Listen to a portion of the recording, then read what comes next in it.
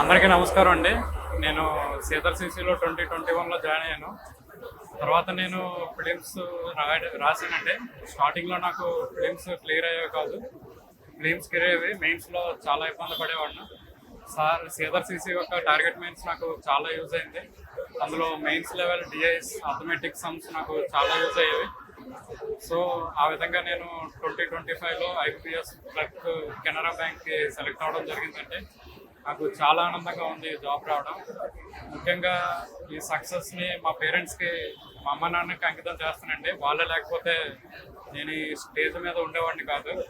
ముఖ్యంగా మా అమ్మ నాకు ప్రతిసారి నీకేం కాదు, కష్టపడు, సక్సెస్ అదే వస్తుంది అని చాలా మోటివేట్ చేసేవారు. ముఖ్యంగా మా రిలేటివ్స్ కూడా నాకు చాలా హెల్ప్ఫుల్ అయ్యారండి.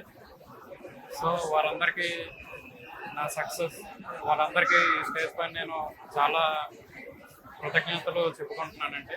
ముఖ్యంగా ఆస్పిరెంట్స్కి నేను చెప్పేది ఏంటంటే, మీరు ప్రయత్నించండి, కష్టపడండి.